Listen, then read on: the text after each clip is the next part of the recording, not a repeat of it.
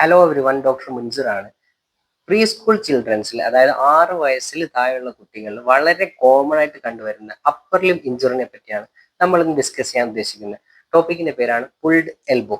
Pulled elbow എന്ന് വെച്ചാൽ ഈ ഒരു ജോയിന്റ് ഉണ്ടല്ലോ, എൽബോ ജോയിന്റ്, ഇത് ഉണ്ടാവുന്നത് നമ്മൾ 3 ബോൺ കൂടുമ്പോഴാണ്. നമ്മുടെ ഫോർ ആമിൽ 2 ബോൺ ഉണ്ട്, റേഡിയസ്, അൾണ. പിന്നെ ഈ ബോണിന്റെ പേരാണ് ഹ്യൂമറസ്. അപ്പോൾ നമ്മുടെ ഈ തമ്പിന്റെ സൈഡിലുള്ള, അതായത് ലാറ്ററൽ സൈഡിലുള്ള ബോണാണ് റേഡിയസ്. മീഡിയൽ സൈഡ്, ഈ ലിറ്റിൽ ഫിംഗറിന്റെ സൈഡിലുള്ള ബോണാണ് അൾണ. ഈ 3 ബോണും കൂടി ഇവിടെ ഉള്ള ജോയിന്റ് ആണ് എൽബോ ജോയിന്റ്. അപ്പൊ അതിൽ അൾണയും ഹ്യൂമറസും തമ്മിലുള്ള ജോയിന്റ് ഉണ്ട്, പിന്നെ ഈ റേഡിയസും ഹ്യൂമറസും തമ്മിലുള്ള ജോയിന്റ് ഉണ്ട്. പിന്നെ അത് കൂടാണ്ട് ഈ ഒരു പ്രോക്സിമൽ, അതായത് മുകളിലുള്ള ഭാഗത്ത് ഈ 2 ബോണും തമ്മിൽ ചെറിയൊരു ജോയിന്റ് കൂടി ഉണ്ട്, അതാണ് റേഡിയോ അൾണർ ജോയിന്റ്. ആ ഒരു ജോയിന്റിൽ നിന്നും ഈ റേഡിയസ് എന്ന് പറയുന്ന ബോൺ ഉണ്ടല്ലോ, ആ ബോണിന്റെ ഹെഡ് തെന്നിപ്പോകുന്ന അവസ്ഥയാണ് നമ്മൾ എന്ത് പറയുന്നത്, ഈ പുൾഡ് എൽബോ എന്ന് പറയുന്നത്. ഇനി ഇത് എങ്ങനെ ഉണ്ടാവുന്ന നോക്കാം. ഇത് ഉണ്ടാവാനുള്ള മെയിൻ കാരണം നമ്മൾ മുതിർന്നവരുടെ അല്ലെങ്കിൽ പേരൻസിന്റെ അശ്രദ്ധയാണ്. നമ്മൾ കുട്ടികളെ കളിപ്പിക്കാനായിട്ടും ഇല്ലെങ്കിൽ ചിരിപ്പിക്കാനായിട്ടും നമ്മൾ കോമൺലി നമ്മൾ കുട്ടീന്റെ കൈ ഇങ്ങനെ പിടിച്ചു പൊക്കിയിട്ട് ഇങ്ങനെ കറക്കലുണ്ട്. ആ ഒരു അവസ്ഥയിൽ എന്ത് ചെയ്യും, ഈ കുട്ടിയുടെ ഈ ജോയിന്റ്, എസ്പെഷ്യലി 6 ഇയേഴ്സിൽ താഴെയുള്ള കുട്ടികളാണെങ്കിൽ ഈ ഹ്യൂമറസും റേഡിയസും തമ്മിൽ അവിടെ ഒരു ആനുലാർ ലിഗമെന്റ് ഉണ്ട്. ഈ റേഡിയസിനെ പൊസിഷനിൽ നിർത്താൻ വേണ്ടിയിട്ട്, അതായത് ഈ റേഡിയസിന്റെ ഹെഡിന്റെ ചുറ്റുള്ള ഒരു ഫൈബ്രസ് ബാൻഡ് ആണ്. അത് പ്രീ സ്കൂൾ ചിൽഡ്രനിൽ അത്ര ഒന്ന് ഡെവലപ്പ് ആവത്തില്ല, ഫുള്ള് മെച്ചുവേർഡ് ആവത്തില്ല. അപ്പൊ അതുകൊണ്ട് ചെറിയ ഒരു ഇഞ്ചുറി വരുമ്പോൾ തന്നെ അതെന്ത് ചെയ്യും, ഈ റേഡിയസിന്റെ ഹെഡ് ഈ ജോയിന്റിൽ നിന്നും തെന്നി മാറാൻ സാധ്യതയുണ്ട്. അങ്ങനെ തെന്നി മാറുമ്പോൾ കുട്ടിക്ക് സഹിക്കാൻ പറ്റാത്ത വേദന ഉണ്ടാവും. പിന്നെ കുട്ടി എന്തെങ്കിലും കൈ മൂവ് ചെയ്യത്ത് പോലില്ല, ആ ഒരു പൊസിഷനിൽ സ്റ്റിഫായിട്ട് പിടിക്കും.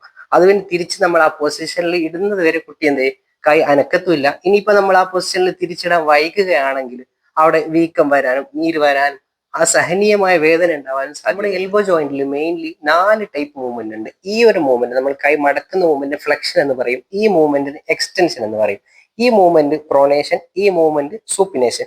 ഈ റേഡിയോ ഹ്യൂമറൽ ജോയിന്റ് ഉണ്ടല്ലോ, പ്രോക്സിമൽ റേഡിയോ ഹ്യൂമറൽ ജോയിന്റ്, ആ ഒരു ജോയിന്റിലാണ് നമ്മൾ ഈ ഒരു പ്രൊണേഷനും സൂപ്പിനേഷനും വരുന്നത്. അപ്പൊ ഈ കുട്ടിയുടെ പുൾഡ് എൽബോ വരുമ്പോൾ ഈ മൂവ്മെന്റ് ഒക്കെ റെസ്ട്രിക്റ്റഡ് ആവും. ഏതൊരു പൊസിഷനിലാണോ നമ്മൾ ഈ പുൾഡ് എൽബോ ഉണ്ടാകുന്നത്, ആ പൊസിഷനിൽ നിന്ന് പിന്നെ കുട്ടി കൈ അനക്കത്തില്ല, നമ്മൾ തൊടാനും സമ്മതിക്കത്തില്ല. അത് അവിടെ നിന്ന് തെന്നിമാറി നിൽക്കണം. അതായത് ഈ ഫൈബ്രസ് ബാൻഡ് അവിടെ നിന്ന്, അതിന്റെ അകത്ത് നിന്നും ഹെഡ് തെന്നിപ്പോകുന്നത് ഈ ഒരു മൂവ്മെന്റ്. ഈ മൂവ്മെന്റിൽ ഈ റേഡിയസിന്റെ ഹെഡ് എന്ത് ചെയ്യും, ഈ അൾണയുടെ മുകളിൽ കൂടി തെന്നി ഇപ്പുറത്തേക്ക് വരും. അതാണ് പ്രൊണേഷൻ. സൂപ്പിനേഷൻ തിരിച്ച് ഇങ്ങനെ പോകുന്ന ഒരു മൂവ്മെന്റ് ആണ്. ആ 2 മൂവ്മെന്റും, പിന്നെ ഫ്ലക്ഷൻ തീരെ നടക്കത്തില്ല, ആ 2 മൂവ്മെന്റും റെസ്ട്രിക്റ്റ് ആണ്. പെയിൻ കാരണം കുട്ടിയൊന്നും ചെയ്യാൻ സമ്മതിക്കത്തില്ല. പിന്നെ ഈ ഒരു കണ്ടീഷന്റെ ഏറ്റവും വലിയ പ്രശ്നം എന്താണെന്ന് അറിയോ, ഒരു പ്രാവശ്യം ആ ഒരു പുൾഡ് എൽബോ വന്നു കഴിഞ്ഞാൽ പിന്നെ റിക്കറന്റ് ആയിട്ട് പുൾഡ് എൽബോ വരാൻ സാധ്യതയാണ്. ചിലപ്പോൾ ആദ്യത്തെ പ്രാവശ്യം വരുന്നത് നമ്മൾ ചിലപ്പോൾ കുട്ടീനെ എന്ത് ചെയ്യുന്നത്, ഫോഴ്സ്ഫുള്ളി പൊക്കിയിട്ട് കറക്കുമ്പോഴായിരിക്കും വരുന്നത്.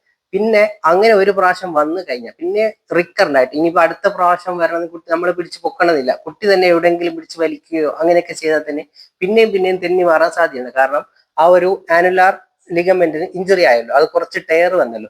അതുകൊണ്ട് ആ ഒരു നമ്മൾ പൊസിഷനിലേക്ക് തിരിച്ചിട്ടാൽ പോലും ആ ഇനീഷ്യലി ഉള്ള ആ ഒരു സ്ട്രെങ്ത് പെട്ടെന്ന് കിട്ടത്തില്ല. അപ്പൊ ഇനിയിപ്പോ സപ്പോസ് നമ്മളിപ്പോ എന്തെങ്കിലും ഇങ്ങനെ ചെയ്തിട്ട് കുട്ടിക്ക് ഇഞ്ചുറി വന്നു കഴിഞ്ഞാൽ നമുക്ക് വീട്ടിൽ നിന്ന് എന്ത് ചെയ്യാം. അപ്പൊ ആദ്യമായിട്ട് നല്ല വേദന ഉണ്ടെങ്കിൽ കുട്ടിക്ക് ജസ്റ്റ് ഒരു ഐസ് കംപ്രഷൻ അവിടെ കൊടുക്കുക, ഒരു തണുത്ത വെള്ളത്തിൽ ചെറിയൊരു ടവലോ വല്ലതും മുക്കിയിട്ട് അവിടെ വെച്ച് കൊടുക്കുക. പിന്നെ എന്തെങ്കിലും ജെല്ലോ വല്ലതോ അങ്ങനെ ഉണ്ടെങ്കിൽ നമ്മൾ അവിടെ തേച്ച് കൊടുക്കുക. പിന്നെ നമ്മൾ ഇത് തിരിച്ചിടുന്ന പ്രൊസീജിയർ സിമ്പിൾ ആണ്. അത് ഒരു ഹെൽത്ത് കെയർ പ്രൊഫഷണലി അത് ചെയ്യുന്നതാണ് വളരെ നല്ലത്. നമ്മൾ വീട്ടിൽ നിന്ന് ഒരിക്കലും ഇത് തിരിച്ചിടാനോ ശ്രമിക്കരുത്. കാരണം കുട്ടിയുടെ ബോണും അത്ര ഡെവലപ്ഡ് ആയിട്ടില്ല, ആ ലിഗമെന്റും അത്ര ഡെവലപ്ഡ് ആയിട്ടില്ല. അപ്പൊ നമ്മൾ ഫോഴ്സ്ഫുള്ളി വലിച്ച് വല്ലത് ഇടാൻ നോക്കിക്കഴിഞ്ഞാൽ ഫ്രാക്ചർ വരാനും സാധ്യതയുണ്ട്. അതുകൊണ്ട് വീട്ടിൽ നിന്ന് ഒന്നും ചെയ്യരുത്, ജസ്റ്റ് ഐസ് കംപ്രഷൻ കൊടുക്കുക, പിന്നെ എന്തെങ്കിലും ജെല്ലോ സ്പ്രേ ഉണ്ടെങ്കിൽ അത് അടിച്ചു കൊടുക്കുക. എന്നിട്ട് എത്രയും പെട്ടെന്ന് അടുത്തുള്ള ഹോസ്പിറ്റലിൽ കൊണ്ടുപോകണം. അപ്പൊ ഇതിന് റിഡക്ഷൻ നമ്മൾ സിമ്പിൾ ടെക്നിക്കാണ്. നമ്മൾ ഡോക്ടറെ ഏകദേശം കാണുമ്പോൾ തന്നെ മനസ്സിലാവും, എക്സ്റേന്റെ തന്നെ ആവശ്യമില്ല, കുട്ടി ആ ഒരു പൊസിഷനിൽ കൈ അനക്കാണ്ട് പിടിക്കും. അപ്പൊ നമ്മൾ ഇത് റിഡക്ഷൻ എങ്ങനെ വെച്ചാൽ, നമ്മൾ കൈ ജസ്റ്റ് ഒന്ന് എക്സ്റ്റെൻഡ് ചെയ്തിട്ട് ഈ ഒരു പ്രൊണേഷൻ മൂവ്മെന്റ് കൊണ്ടുവരിക. അതിൽ അപ്പൊ ഇല്ലെങ്കിൽ കൈ ഫ്ലെക്സ് ചെയ്തിട്ട് ഒരു സൂപ്പിനേഷൻ മൂവ്മെന്റ്, അങ്ങനെ അത് പൊസിഷനിലേക്ക് തിരിച്ചു വരുന്നതായിരിക്കും. ഒരു 90% കേസിലും അപ്പൊ തന്നെ കുട്ടിക്ക് ഇമ്മീഡിയറ്റ് പെയിൻ റിലീഫ് കിട്ടുകയും കുട്ടി കൈന്റെ മൂവ്മെന്റ് പഴയ പോലെ എന്ത് ചെയ്യും, തിരിച്ചു വരികയും ചെയ്യും. ചില കേസിലാണെങ്കിൽ കുട്ടി പേടി കാരണോ എന്ത് ചെയ്യും, ഒരു 15-20 മിനിറ്റോ കൈ മൂവ് ചെയ്യാണ്ടിരിക്കും. പിന്നെ നമ്മളൊരു സേഫ്റ്റിക്ക് വേണ്ടിയിട്ട് വേണമെങ്കിൽ ഒരു സ്ലിങ് ഇട്ട് കൊടുക്കാം, ഇല്ലെങ്കിൽ വല്ല സ്ലാബോ അങ്ങനെ വേണമെങ്കിൽ ഒരു 1 വീക്സോളം നമ്മൾ ഇട്ട് കൊടുക്കാവുന്നതാണ്. എന്നിട്ടും റെഡി ആവുന്നില്ല, പെയിൻ നല്ലതുണ്ടെങ്കിൽ പിന്നെ ഒരു ഡോക്ടറെ കാണിച്ചിട്ട് എക്സ്റേ അതിന്റെ ഒക്കെ ആവശ്യമുള്ളൂ. അപ്പൊ നമ്മൾ മാക്സിമം കുട്ടീനെ ഇങ്ങനെ പൊക്കാണ്ടിരിക്കാൻ ശ്രമിക്കുക.